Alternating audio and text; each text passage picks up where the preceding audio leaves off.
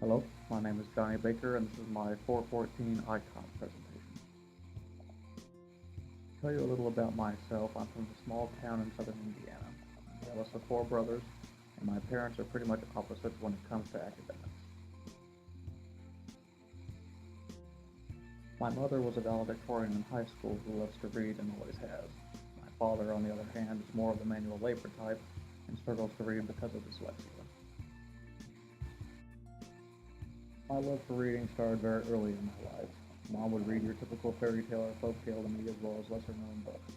My favorite was Your Mama Lana, and yes, that was supposed to be a llama at the time. About halfway through first grade, I had moved past picture books and I started reading fifth grade level chapter books.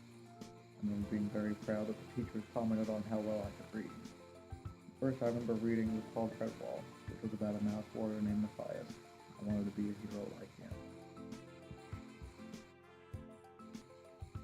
Reading and writing became my favorite hobbies, and as my family became more financially unstable and I had to do more around the house to keep us afloat, I clung to my books and writing even more.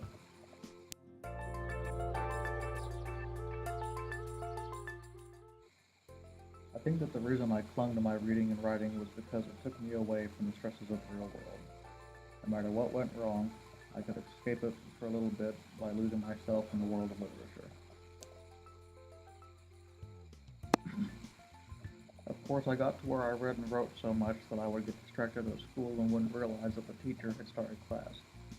Eventually, my grades faltered, and my parents told the teachers to take the books away until I learned self-control. It took almost a year before I had enough self-control to convince them to stop taking my books at the beginning of class. They thought I just magically learned to balance play and work, but I'd actually learned it from Travis and his brother Arliss when I read Old Yeller. Many years later, I still love to read and write, although I sometimes have to force myself to read. The reason I still write is to help me get my thoughts down on paper. But I also do because I hope to write a book that influences and shapes a person's life the same way that so many books and characters shape mine.